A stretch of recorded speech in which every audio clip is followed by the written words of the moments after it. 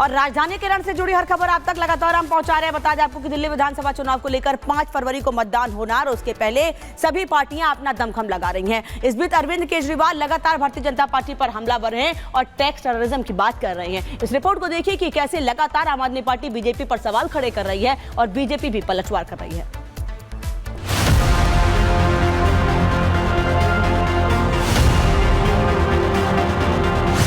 जैसे जैसे दिल्ली चुनाव का समय नजदीक आ रहा है, राजनीति के अखाड़े में लड़ाई दिलचस्प होती जा रही है। बीजेपी और आम आदमी पार्टी के बीच तू डाल डाल में पात पात की जंग छिड़ी है। दिल्ली की सत्ता के लिए दोनों दल हर तरह के पैतरे चला रहे हैं। एक और एक दूसरे पर तीखे तीरों की वर्षा की जा रही है।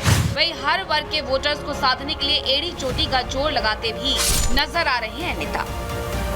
दिल्ली से वनवास खत्म करने के लिए बीजेपी ने जहां खास रणनीति बनाई है, वहीं आम आदमी पार्टी ने भी सत्ता पर बने रहने के लिए नया दांव खेला है। जहां बीजेपी गरीब वर्ग पर फोकस कर रही है, तो आपने मिडिल क्लास पर दांव खेला है। बीजेपी ने जरूरतमंदों यानी ऑटो टैक्सी चालकों को विकास की मुख्य धारा से जोड़ने के लिए कई योजनाओं का वादा किया। आपने टैक्स को टेररिज्म से जोड़ते हुए मिडिल क्लास पर बोझ बताया। जरूरतमंद छात्रों के लिए बीजेपी ने केजी से लेकर पीजी तक मुफ्त शिक्षा का संकल्प किया, तो आपने मिडिल क्लास की आवाज बनने का वादा किया है। आज से 11 साल पहले ऑटो के पीछे अपनी फोटो लगाने का काम तो इन आपदा वालों ने किया था। वो आज तक फोटो ही लगाते हैं। ऑटो वालों के लिए कुछ नहीं किया इन्होंने। कल्याण बोर्ड की स्थापना नहीं की आपदा वालों ने, और आपदा वालों ने ऑटो टैक्सी ड्राइवरों के लिए 2025 से अब तक कोई कल्याणकारी योजना नहीं लॉन्च की। आज हम मोदी जी की गारंटी यहां देकर जा रहे हैं आप सबके सामने। ऑटो और टैक्सी ड्राइवरों के लिए हम auto taxi driver welfare board बनाएंगे, कल्याणकारी बोर्ड बनाएंगे, और इसका गठन करने के बाद हम 10 लाख रुपए तक का जीवन बीमा और 5 लाख रुपए तक का दुर्घटना बीमा हम अपने टैक्सी ड्राइवर और ऑटो वाले भाइयों को देंगे। मिडिल क्लास के लिए ये लोग कुछ करते तो नहीं है, लेकिन जब जब सरकार को इनकी जरूरत पड़ती है, तब तब मिडिल क्लास के ऊपर सरकार हथियार चला देती है, चाकू चला देती है। और ये हथियार है टैक्स। लाखों करोड़ों की संख्या में मिडिल क्लास टैक्स भर भर के देता है देश चलाने के लिए, लेकिन बदले में मिडिल क्लास को क्या मिलता है? कुछ नहीं। भारत का मिडिल क्लास सरकार का सिर्फ और सिर्फ एक एटीएम बन के रह गया है। सच बात तो यह है, the Indian middle class is victim of tax terrorism. Tax terrorism का दांव चलने के बाद अरविंद केजरीवाल इस सियासी पिच पर एक और चाल चली है। उन्होंने मैनिफेस्टो जारी कर केंद्र से 7 मांगे की है। शिक्षा का बजट 2% से बढ़ाकर 10% करें। उच्च शिक्षा के लिए सब्सिडी और छात्रवृत्ति दी जाए। स्वास्थ्य बीमा से टैक्स हटवाया जाए। इनकम टैक्स में 10 लाख रुपए तक छूट हो। आवश्यक वस्तुओं से जीएसटी हटाया जाए। बुजुर्गों का सभी अस्पतालों में मुफ्त इलाज हो। बुजुर्गों को रेल टिकट में 50% छूट मिले। आपकी मांग वाले मैनिफेस्टो पर बीजेपी ने तंज कसा है। आज मैं केंद्र सरकार से 7 डिमांड कर रहा हूं, 7 पॉइंट डिमांड्स मिडिल क्लास की तरफ से। पहला, शिक्षा का बजट 2% से बढ़ा के 10% किया जाए। प्राइवेट स्कूलों की फीस पे लगाम लगाई जाए पूरे देश में।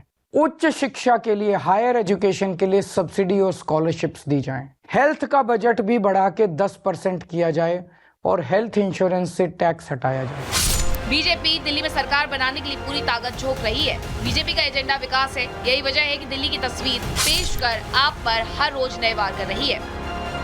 वहीं भ्रष्टाचारों के आरोपों में घिरे आम आदमी पार्टी के मुखिया अरविंद केजरीवाल के लिए इस बार का चुनाव साख का सवाल बन गया है। चुनाव जीतकर केजरीवाल साफ इमेज का संदेश देना चाहते हैं और अपने ऊपर लगे हर दाग को धुलना चाहते हैं। यही वजह है कि केजरीवाल ने अपने सारे घोड़े खोल दिए हैं और मिडिल क्लास को देश का सुपर पावर बता रहे हैं। Bureau report, Republic Bharat. और दिल्ली की राजौरी गार्डन सीट से बीजेपी के जो उम्मीदवार हैं मनजिंदर सिंह सिरसा, उनकी तरफ से कहा जा रहा है कि आम आदमी पार्टी की इस बार हार होगी और जो जनता है दिल्ली की, वो आम आदमी पार्टी को उखाड़ कर फेंक देगी। देखिए आप। अभी हम राजौरी गार्डन में मौजूद हैं और हमारे पीछे यहाँ पर मनजिंदर सिंह सिरसा जी हैं, जो कि बीजेपी के यहाँ से प्रत्याशी हैं। आप 2 बार विधायक रह चुके हैं, तीसरी बार की क्या तैयारी है? जी देखिए, यहाँ के लोगों ने तैयारी करी है। राजौरी गार्डन को गंदगी का ढेर बन के रह गया है। गंदगी भी, गटर भी, पानी आता नहीं और बिल अलग से आ जाता है। तो दिल्ली के इस विधानसभा के अंदर बाकी विधानसभाओं से अलग चुनौती है। इसलिए यहाँ के लोगों ने तो मन बना लिया, ये जो एमएलए यहाँ के वो ख्याला गाँव में रहते हैं, उनके गांव में जाने के लिए तीनों तरफ से उनके घर जाने के लिए रास्ते में नर्क में से निकल के जाना पड़ता है।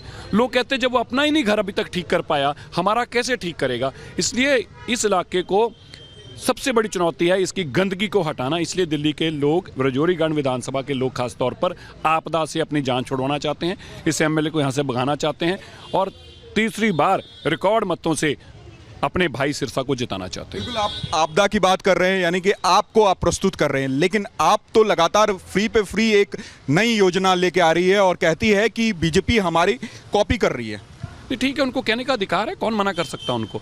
मैं देख रहा था अरविंद केजरीवाल जी कह रहे थे फ्री चीज़ें तो हम ही दे रहे हैं, फिर भाजपा की क्या जरूरत है। पहली बात है, आप तो झूठ परोसते हैं।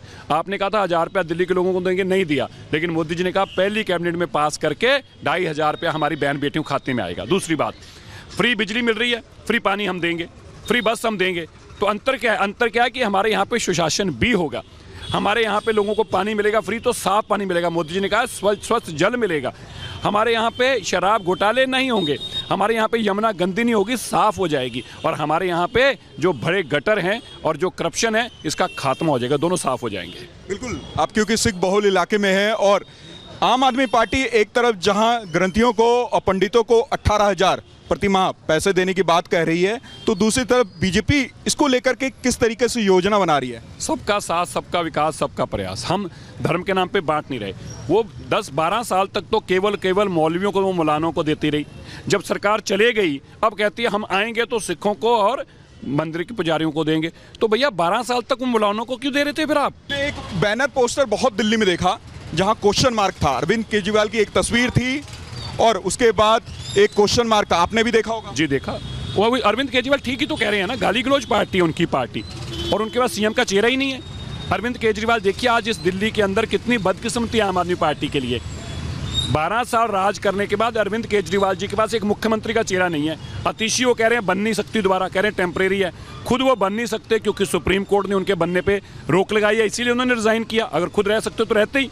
तो फिर बताएं अरविंद केजरीवाल जी, आपका मुख्यमंत्री का चेहरा कौन है? नहीं, लेकिन वो तो कह रहे हैं कि मुख्यमंत्री के चेहरे वो खुद हैं। अगर दिल्ली की जनता विश्वास करेगी तो उनको फिर से जिताएगी। तो इसीलिए तो मैं बता रहे हैं ना कि वो आरोप ये लगा रहे हैं बीजेपी ने तय नहीं किया, इसलिए क्वेश्चन मार्क डाल रहे हैं। मैं ये बता रहा हूँ, वो खुद ही नहीं बन सकते ना। अगर वो मुख्यमंत्री का चेहरा है तो हटे क्यों? उन्होंने रिजाइन क्यों दिया? वो इसीलिए तो हटे क्योंकि सुप्रीम कोर्ट ने कहा आपने शराब घोटाला किया, आप फाइलें साइन नहीं कर सकते। आपने शराब घोटाला किया, आप सीएम दफ्तर में नहीं जा सकते। जब आप सीएम दफ्तर में जा ही नहीं सकते, फाइल साइन नहीं कर सकते, तो आप ओथ कैसे ले सकते हैं? जब आप ओथ नहीं ले सकते तो सीएम का चेहरा कौन है? क्या अमनतुल्ला खान है सीएम का चेहरा? बताइए अरविंद जी।